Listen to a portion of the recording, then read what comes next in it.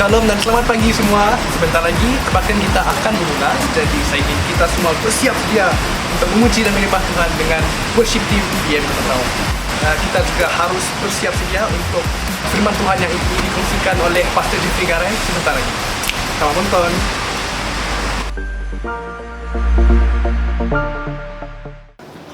Haleluya, terima kasih Tuhan di atas berkat Engkau Tuhan, di mana kami telah diberi kesempatan sekali lagi untuk bersama-sama saudara-saudara kami yang lain dan memuji menyembah Engkau Tuhan. Terima kasih Bapa, berkati kami Tuhan di dalam nama Tuhan Yesus. Amin.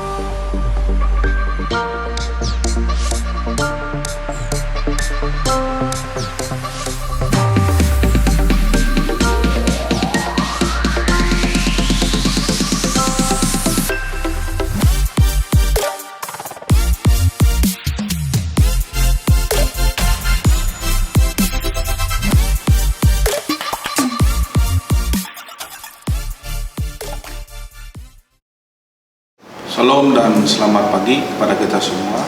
Puji nama Tuhan, kita dapat bersama pada pagi ini untuk mengadakan perjamuan kudus memperingati kematian Tuhan Yesus beberapa tahun yang lalu.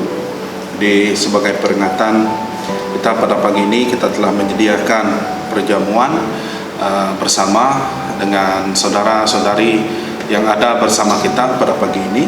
Jadi sebelum kita meneruskan perjamuan pada pagi ini, seperti biasa saya akan membacakan sedikit dari petikan firman Tuhan yang terdapat di dalam 1 Korintus 11 ayat 23 sampai 26. Ya, bagi saudara-saudari yang ada di rumah, masing-masing boleh menyediakan untuk perjamuan kita pada pagi ini, sehingga kita dapat menjalankan perjamuan bersama-sama pada pagi ini. Oke, sebelum itu mari kita berdoa. Sebelum kita mengambil perjamuan pada pagi ini, mari kita berdoa. Saya pimpin kita di dalam doa. Terima kasih Tuhan, ke dalam tangan kuasa Tuhan yang Maha Kuasa, kami mengucap syukur atas segala kebaikan dan penyertaan Tuhan dalam hidup kami pada pagi ini, sehingga kami dapat bersama-sama di dalam persekutuan bersama pada pagi ini Tuhan, untuk mengambil perjamuan yang akan menjadi peringatan akan pengorbanan Tuhan Yesus bagi setiap kami, sehingga kami mendapatkan keselamatan, kesembuhan dan kelepasan, karena Tuhan Yesus sungguh-sungguh mengasihi setiap pribadi kami. Terima kasih Bapa, berkati kami semua pada hari ini, persiapan kami. Biarlah kami menguji setiap hati kami Bapa, sehingga Tuhan menemukan kasih Tuhan dalam hidup kami. Terima kasih Tuhan, di dalam nama Yesus Kristus Tuhan yang hidup kami berdoa. Amin. Mari kita membuka di dalam 1 Korintus 11 ayat 23 sampai 26. Saya akan membacakannya bagi kita. Sebab apa yang telah kuteruskan kepadamu telah aku terima dari Tuhan, yaitu bahwa Tuhan Yesus pada malam waktu ia diserahkan mengambil roti, dan sesudah itu ia mengucap syukur atasnya, ia memecah-mecahkannya dan berkata, ya, mari kita mengangkat roti kita bersama dan kita akan bersama-sama memakannya. Inilah tubuhku yang diserahkan bagimu, perbuatlah ini menjadi peringatan akan aku. Mari kita makan bersama dalam hadis.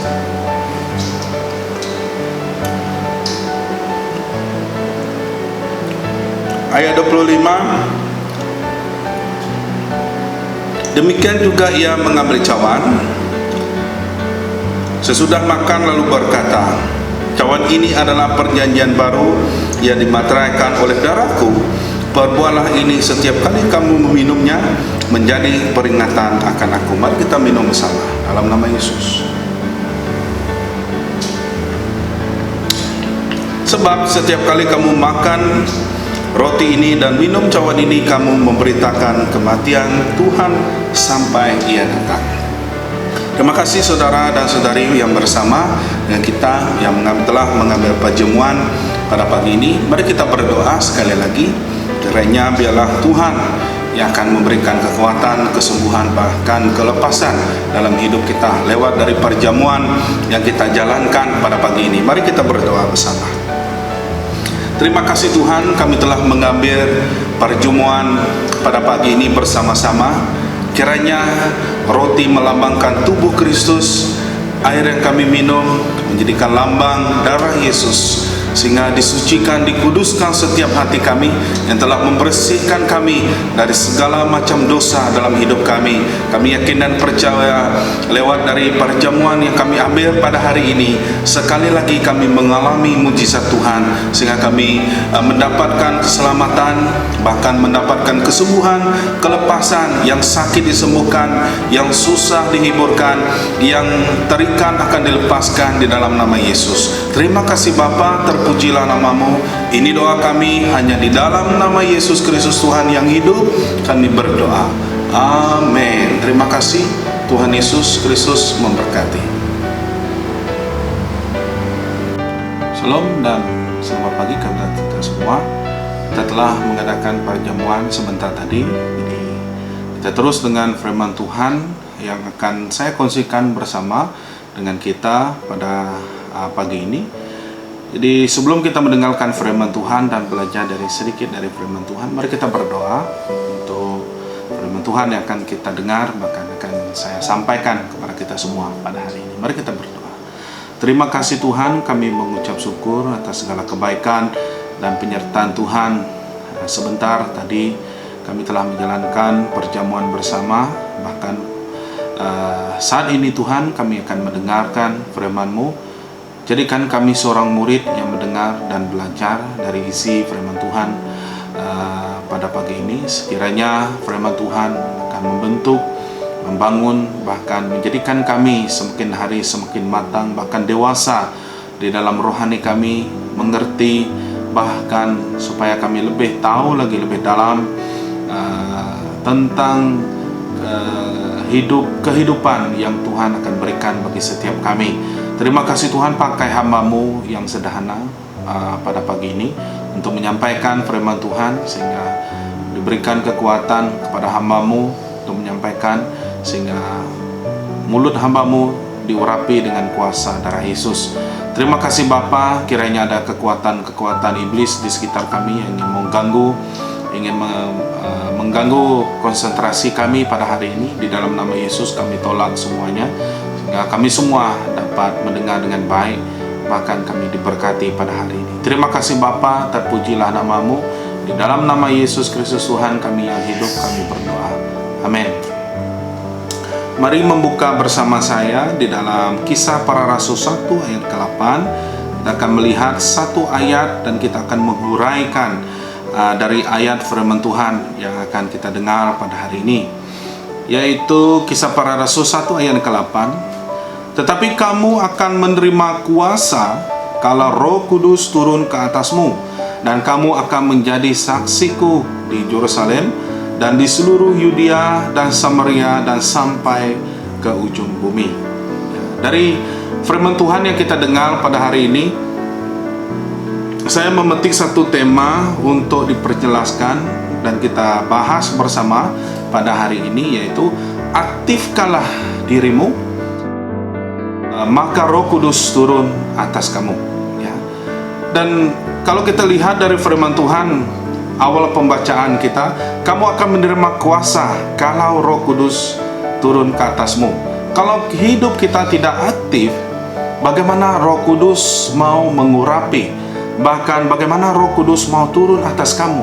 Karena firman Tuhan yang kita lihat dengan jelas di sini, kamu akan menerima kuasa kalau Roh Kudus itu turun atas kamu, ya.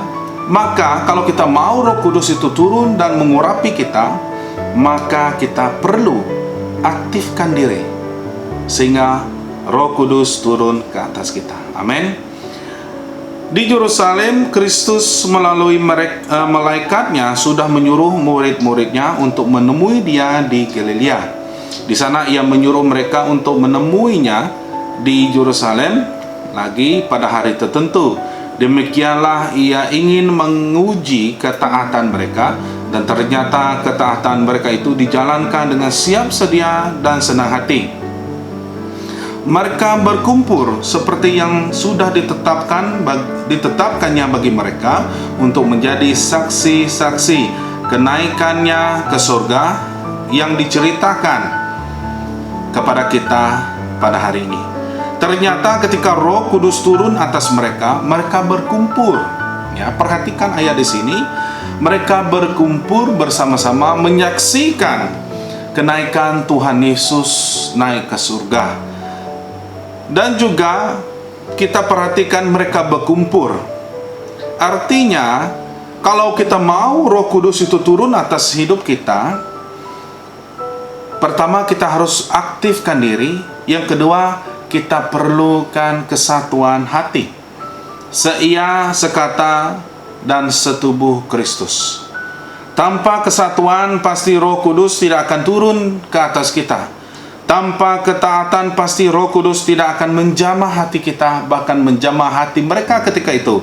Maka aktifkanlah diri kita, pasti Roh Kudus akan turun ke atas kita.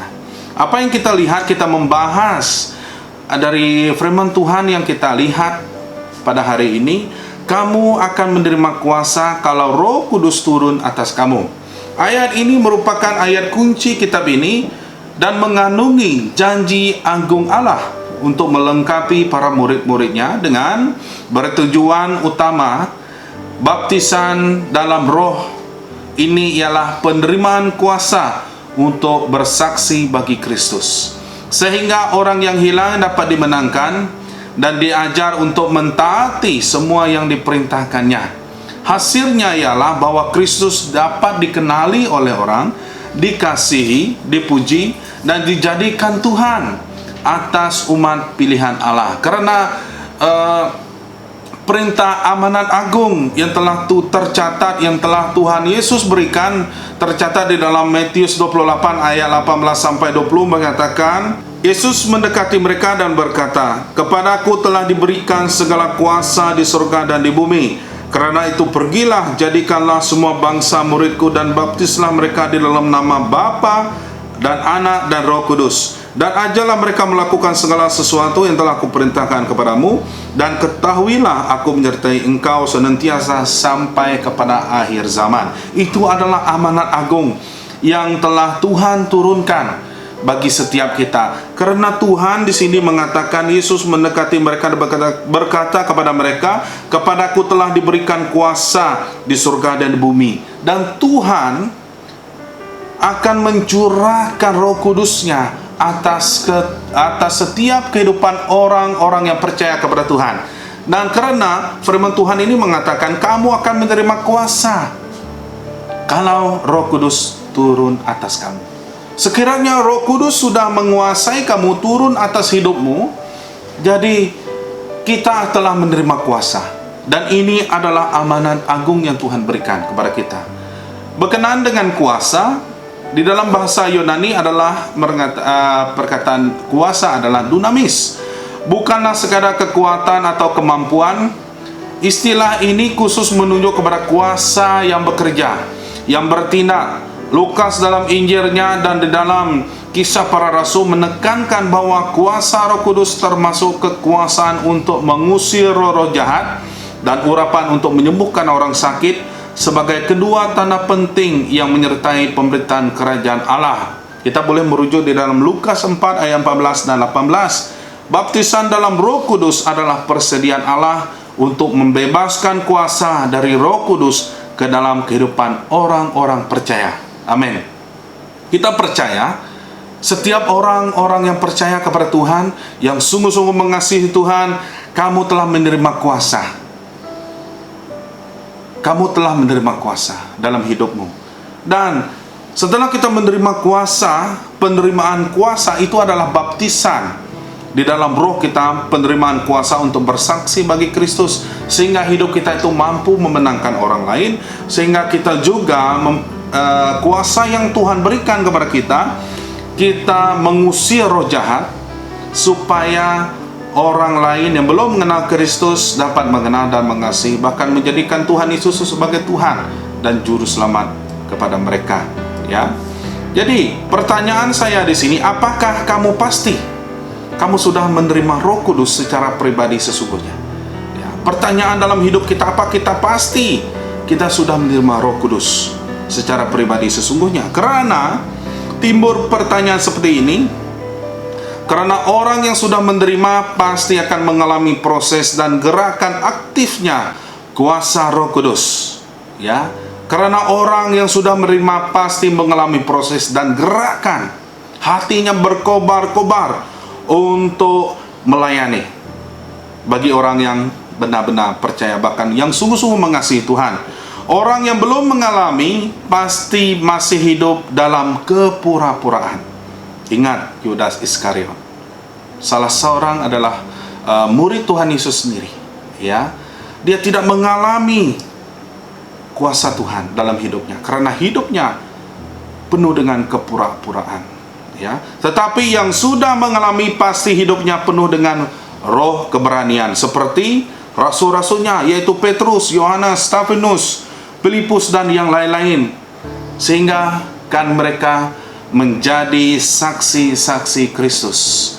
Setelah mereka menerima kuasa, kalau kita melihat seterusnya di dalam Kisah Para Rasul, setelah rasul-rasulnya menerima kuasa, mereka menerima roh keberanian. Roh keberanian sehingga mereka berani bersaksi bagi nama Kristus. Baptisan dalam Roh Kudus bukan hanya memberikan kuasa untuk memberitakan Yesus sebagai Tuhan dan Juru Selamat, tetapi juga meningkatkan keefektifan kesaksian itu karena hubungan yang diperdalamkan dan diperkuatkan dengan Bapa, Anak, dan Roh Kudus sebagai akibat kepenuhan roh itu. Kita boleh merujuk di dalam Yohanes 14 ayat 26. Yohanes 14 ayat 26 mengatakan, tetapi penghibur, yaitu Roh Kudus yang akan diutus oleh Bapa dalam namaku, dialah yang mengajar segala sesuatu kepadamu dan akan mengingatkan kamu akan semua yang telah kukatakan kepadamu. Nah, di sini kita perhatikan, ya, baptisan Roh Kudus itu memberikan kuasa untuk memberitakan Yesus sebagai Tuhan dan Juru Selamat. Kita diberikan roh keberanian. Kita terus menjadi saksi-saksi Kristus. Itu yang telah tercatat di dalam 1 Korintus 1 ayat 8. Ya, kamu akan menerima kuasa kalau Roh Kudus turun atas kamu, dan kamu akan menjadi saksiku. Ya, kamu akan menerima kuasa, kamu akan menerima roh keberanian daripada Allah Bapa yang ada di surga. Kalau Roh Kudus sudah turun ke atasmu, kamu akan mengalami roh keberanian. Ya, sehingga kamu mampu berbicara, ya, untuk memberitakan pemberitaan tentang Yesus, tentang Juru Selamat kepada orang yang belum mengenal Tuhan. Roh Kudus menyingkapkan dan memperdalamkan kehadiran pribadi Yesus Kristus kepada kita. Kesaksian apapun mengenai persekutuan intim dengan Yesus Kristus akan menghasilkan keinginan yang semakin membara pada pihak kita untuk mengasihi, menghormati, dan menyenangkan Juru Selamat kita, yaitu Yesus Kristus Tuhan kita. Amin. Ya, Roh Kudus memberikan kesaksian tentang kebenaran. Kita boleh merujuk di dalam Yohanes 16 ayat ke-8. Dan kalau ia datang, ia akan menginsafkan dunia akan dosa, kebenaran, dan penghakiman. Dan juga kita melihat ayat ke-10 mengatakan, akan kebenaran karena aku pergi kepada Bapa dan kamu tidak melihat aku lagi. Ya, di sini kita melihat kesaksian Roh Kudus itu sendiri. Ya, kesaksian apapun mengenai persekutuan intim dengan Yesus Kristus akan menghasilkan keinginan yang semakin membara pada pihak kita untuk mengasihi, menghormati, dan menyenangkan Juru Selamat kita. Roh Kudus memberikan kesaksian tentang kebenaran. Ya, bahkan seluruh kebenaran. Yohanes 16 ayat 13 juga mengatakan yang memuliakan Kristus. Ya, Yohanes 16 ayat 14, ia akan memuliakan aku sebab ia memberitakan kepadamu apa yang diterimanya daripadaku. Ya, jadi Roh Kudus itu memberikan kesaksian tentang kebenaran dalam hidup kita, bukan hanya dengan kata-kata, tetapi juga dengan perbuatan. Ya, bagaimana Roh Kudus itu bekerja dalam hidupmu dan bagaimana kamu menjadi saksinya. Kesaksianmu bukan hanya dengan kata-kata, tetapi juga dengan perbuatanmu. Perbuatan itu lebih baik daripada kata-kata yang ada dalam hidup kita. Demikianlah kita yang sudah menerima kesaksian Roh mengenai karya penebusan Kristus dengan sendirinya akan menyatakan sifat Kristus, kasih, kebenaran, dan keadilan dalam kehidupan kita. Baptisan dalam Roh Kudus merupakan titik tolak di mana setiap orang-orang percaya diberikan kuasa untuk bersaksi tentang Kristus dan menginsafkan orang yang terhilang akan dosa, kebenaran, dan penghakiman. Dampak dari keinsafan seperti itu akan tampak di dalam diri mereka yang memberitakan berita itu maupun dalam mereka yang menerimanya. Kita boleh merujuk di dalam Kisah Para Rasul 2 ayat 39 sampai 40. Dan juga baptisan dalam Roh Kudus hanya dapat diberikan kepada mereka yang hatinya sudah berbalik kepada Allah dalam pertobatan dari cara hidup yang fasik. Ya, dia akan mengubah. Jadi itu adalah tugas Roh Kudus dalam hidupmu. Tertulis di dalam, kita boleh merujuk di dalam Kisah Para Rasul 2 ayat 38 dan Kisah Para Rasul 3 ayat 26. baptisan itu dipelihara dengan komitmen yang sungguh-sungguh kepada Kristus. Jadi pertanyaan sekali lagi kepada kita semua, apakah kamu dan saya sudah bersaksi ataupun hidupmu sudah menjadi saksi-saksi bagi Kristus? Ya. Apakah kita sudah menjadi saksi-saksi Kristus dalam kehidupan seharian kita bersama orang-orang di sekeliling kita? Ya. Karena bagi sesiapa yang sudah mengalami dan yang menerima kuasa Roh Kudus pasti sering bahkan selalu bersaksi. Bahkan tanpa bersaksi tentang Kristus, kehidupannya seumpama sebuah kereta yang tampak indah tetapi tidak ada rodanya. Berarti tidak lengkap tanpa mengalami kuasa Kristus. Amin. Amin. Ya, tetap biarlah hidup kita itu selalu berserah penuh kepada Tuhan, dan kita selalu berdoa sebelum kita kemana-mana. Bahkan di dalam keluarga kita, pernahkah kita bersaksi tentang Kristus? Biarlah dari firman Tuhan yang kita dengar pada hari ini, yaitu di dalam Kisah Para Rasul 1 ayat 8, biarlah kamu menjadi saksi Kristus di seluruh Yerusalem dan Yudea dan Samaria dan sampai ke ujung bumi. Kita perhatikan di sini di mana kita perlu bersaksi. Jadi sebagai kesimpulan kita pada hari ini, baptisan dalam Roh Kudus merupakan suatu baptisan ke dalam Roh yang kudus adanya. Kita boleh melihat di dalam Roma 1 ayat 4. Jadi jikalau Roh Kudus sungguh-sungguh berkarya di dalam kita dalam segala kepenuhannya, kita akan hidup lebih selaras dengan kekudusan Kristus.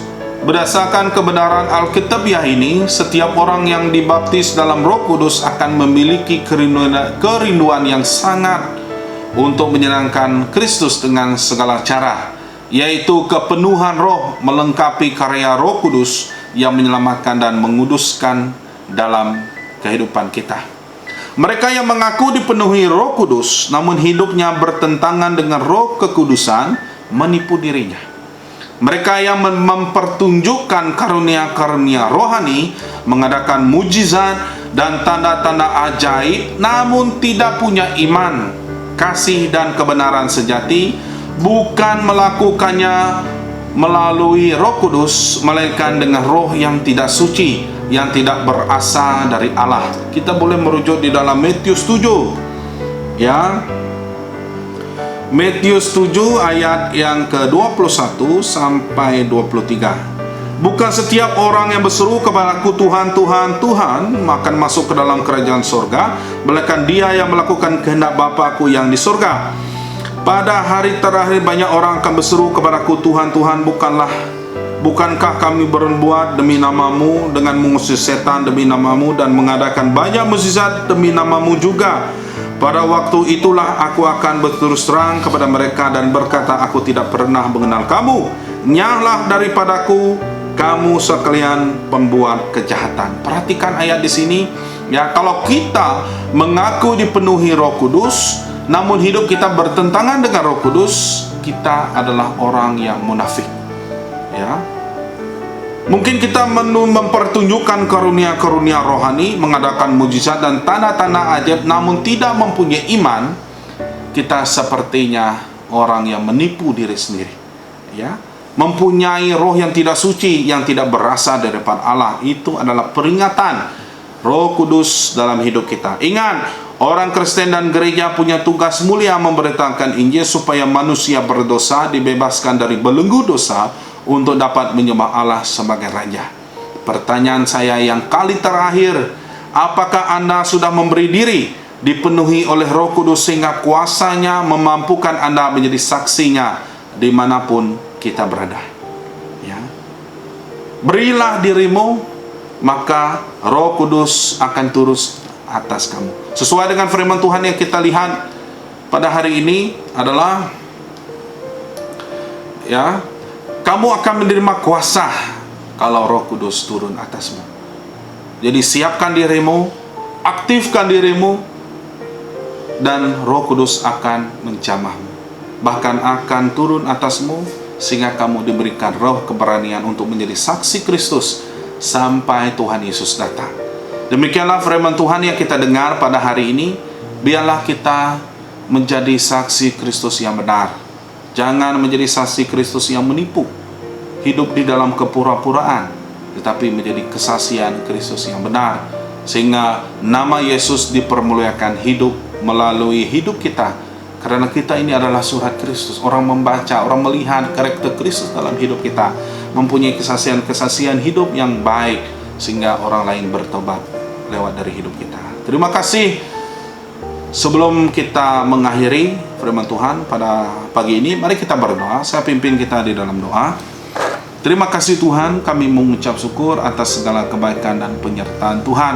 Dan biarlah Roh Kudus turun atas hidup kami, dan kami siap diproses dan mengalami mujizat Tuhan lewat dari Roh Kudus yang telah Tuhan berikan, yang telah Tuhan serahkan menjadi penghibur, pembantu, bahkan penolong dalam hidup kami, sehingga hidup kami dipimpin oleh Roh Kudus, sehingga kami berjalan bersama Roh Kudus, sehingga Roh Kudus menjadi sahabat kami. Terima kasih Bapa, terpuji namamu, diberkati kami semua yang mendengar dan bersama kami pada hari ini. Biarlah kami mengalami kuasa dan mujizat Tuhan, sehingga kami terus dipimpin oleh kuasa Roh Kudus yang sentiasa mendewasakan hidup kami. Terima kasih Bapa, terpujilah namamu. Ini doa kami, hanya di dalam nama Yesus Kristus Tuhan yang hidup kami berdoa. Amin. Tuhan Yesus Kristus memberkati kita semua. Sampai jumpa lagi.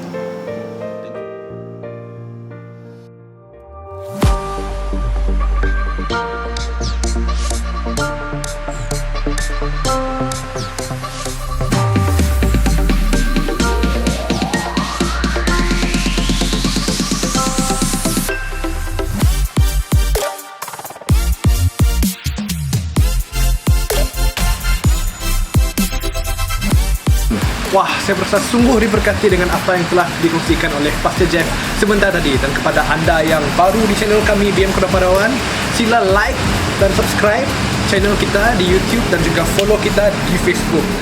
That's all from us. See you next week. God bless and stay safe. Bye.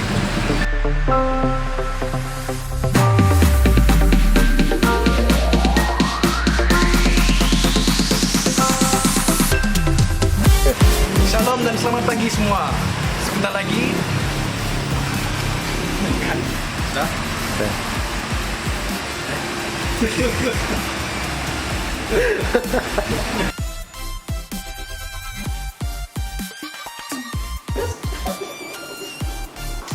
Ari kau rasa? Nak boleh? Tunggu, baru.